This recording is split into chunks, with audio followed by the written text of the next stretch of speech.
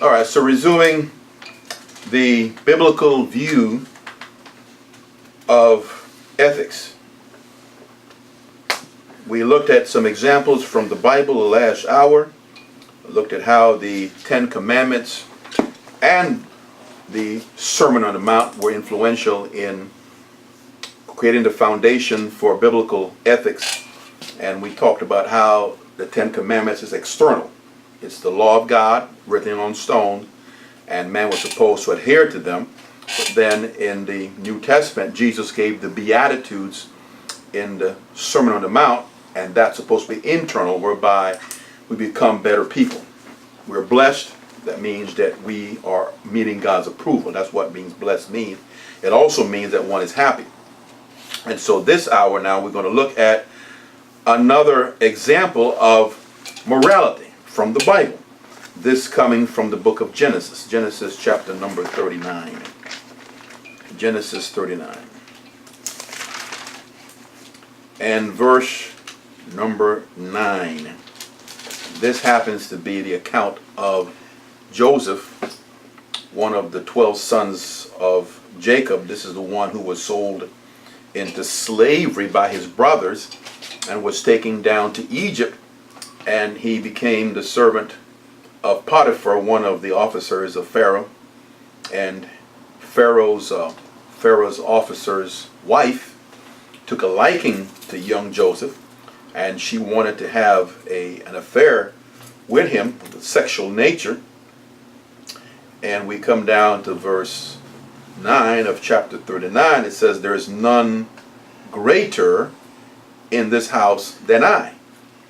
Neither hath he kept back anything from me but thee, because thou art his wife. How then can I do this great wickedness and sin against God?" So in this particular passage, we see how Joseph is pleading with this woman, with Potiphar's wife, to basically saying, leave me alone. I don't want to have this sexual relationship with you. You are already a married woman.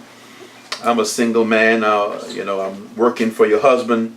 He has given me full control of the house, and I don't want to betray neither him nor God. That's what Joseph was saying to her. But in essence, she did not respect Joseph's standards of morality. And many times we say, well, it's the man that does not respect the woman's standard of morality. You have men that approach married women to have affairs with them. You have men that approach girls who are underage to have affairs with them. And we say it's the man who is lacking the moral standards. But in this particular instance, it was the woman who was lacking the moral standards. She had a morality that was basically rooted in paganism and in what we'll call based upon the circumstances. So since her husband was not there, not paying her attention, not giving her the affection that she wanted, she tried to get it from Joseph. But notice Joseph, he was sold out to his God. He was properly trained. And this is really a miracle. You wonder, how did Joseph have such great moral standards? He must have gotten that from his mother, Rachel, because Jacob, his father, was not a great standard of morality. Jacob had the two sisters, and then he had the handmaidens of the two sisters. He had basically 4 wives. So where did Joseph get this high standard of morality? Had to be from God through Rachel. And somehow, even though he was in Egypt, he understood that some things were wrong, wicked. And that's what he called it great wickedness and sin against God. And so morality is something that has to be born in the heart. It has got to be embedded in one's consciousness, or as they would say, one's psyche, to the point where one understands that some things are evil and wicked. It doesn't matter what the circumstance may be, because he was alone in the house with her, and he could have done it and nobody would have known.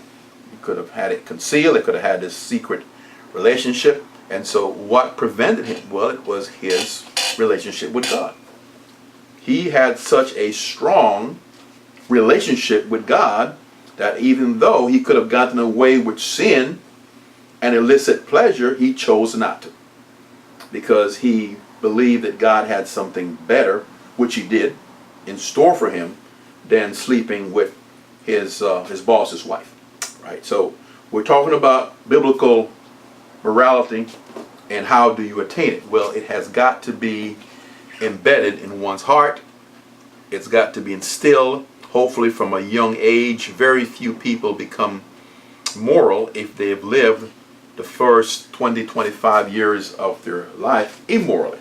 It can be done, of course, but it's a matter of constantly straightening something that's been crooked for a long time. If something's been crooked for a long time, you got to take more energy to bring that thing back up to the right position so it can be straight again. And so this was the case with Joseph. He was straight from his youth, and it paid off tremendously for him. We could not say the same thing about Potiphar's wife. We could not say the same thing about Joseph's brothers. They were not straight from their youth. They were very crooked and wicked against him. And neither can we say that about his father, Jacob. So it must have been that influence that he got from Rachel, his mother, for the years that she was there before she died. Remember, she died in childbirth. When Benjamin, his little brother, was born, Rachel passed away. So those years that he had her in his life, no doubt, she instilled some morality in him based upon what she had learned from the God of Abraham and the God of Isaac. Right? So that is one example there, a very vivid example in the Bible of morality that was embedded in a person's heart. The other example will come from Isaiah chapter 5 and verse 20. Isaiah 5.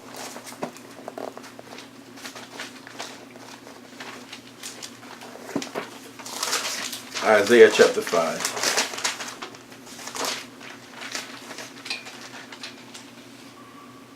And verses 20 and 21.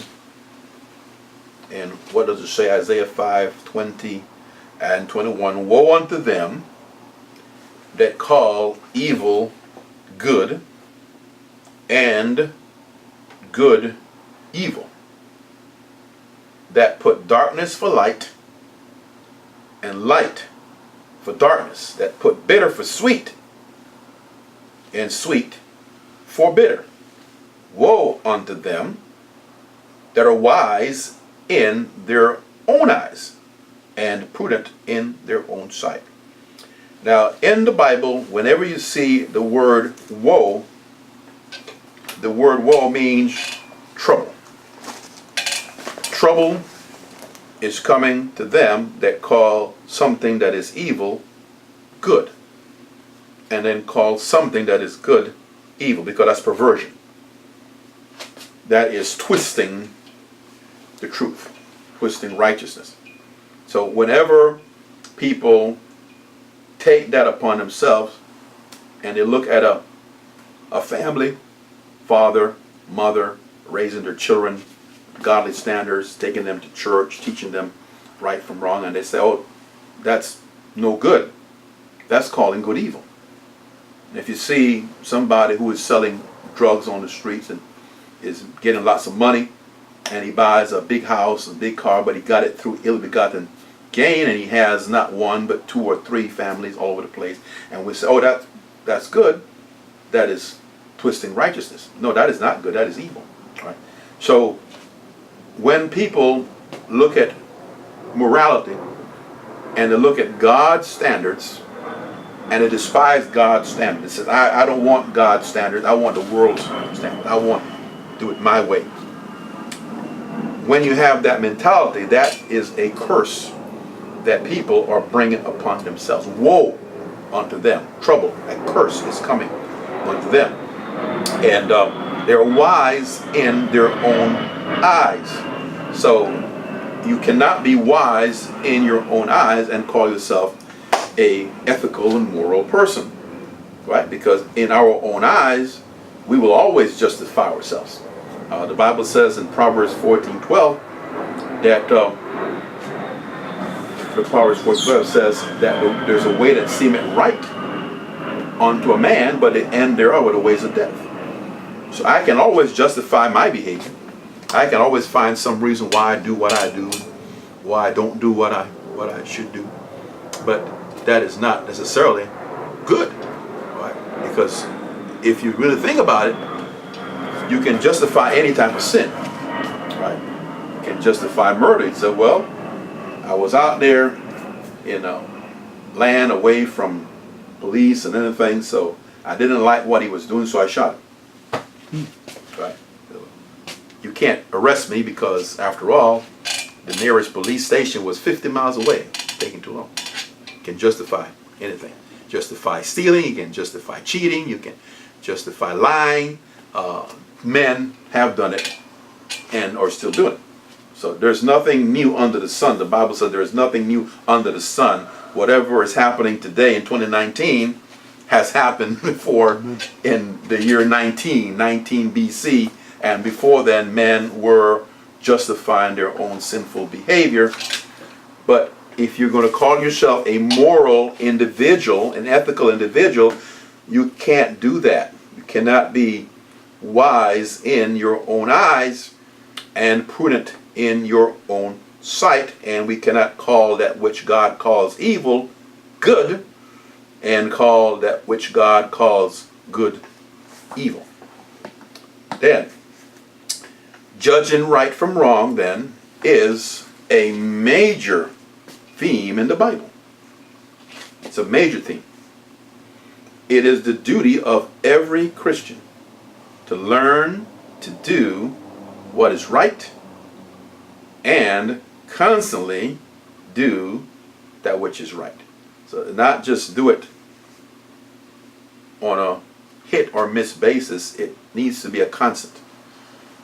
Whenever I encounter a person who is, or you consider a good Christian man or a good Christian woman, they have a track record of doing the right thing. One of the reasons why Joseph in the Bible was promoted to the high position was because God saw that in his tribulations he continued to do the right thing. When he could have easily said, well, forget this, I'm trying to do the right thing and I keep getting handicapped, I keep having these obstacles in my path, I'm just going to do my own thing. But he continued to choose to do what's right, and then eventually, after so many years, God promoted him and gave him the desires of his heart, brought him to a place of prominence. Right? So doing the right thing is something that we need to constantly work at doing. Even if you've been a Christian for many years, because the culture, the society is deteriorating. It is always moving away from God, and the media is a big part of that, right? News media, the cultural, the pop media is a big part of moving the culture away from God, away from godliness. They make it seem like a Christian is a very rare and very silly type of person, a radical type of person. I mean, look at the football player there, Tim Tebow, that used to take a knee and pray after he will make a touchdown pass. And people in the news media, they ridicule that guy. They call him every name in the book. They said he was grandstanding. They said he was not a true Christian just because the man took a knee and prayed after he had a touchdown pass. Then, a couple of years ago, you had entire teams taking a knee while the national anthem was being played, and the media said that they were right for doing that. So what's the difference? You know, how can it be wrong for one guy to kneel down and pray, and you have these other guys kneeling down while the national anthem is being played and offending a whole bunch of veterans? You know, so it comes down to situational. Okay, yes. Pastor, I wanted to ask. I mean, obviously we know that prayer has been taken out of schools. Yeah. For a while now. Now, I'm noticing on social media, I noticed like a hospital had prayer, and a couple of other schools, a high school I've seen on social media where they're having prayer as well. My question to you is, in your opinion, do you think it'll get back? I mean, I realize it's a sign of the times, but do you think that we'll get back to the point where we'll have prayer full force back in schools, in your opinion? I hope that we do. I hope so too. And that would be if we were to get back to the point where prayer is permitted in all the schools, that would be a sign that this nation is having revival. Amen. That a revival has come and people's hearts have changed. For example, today is January the 22nd. Right. This is the anniversary of Roe versus Wade. I don't know if you know that.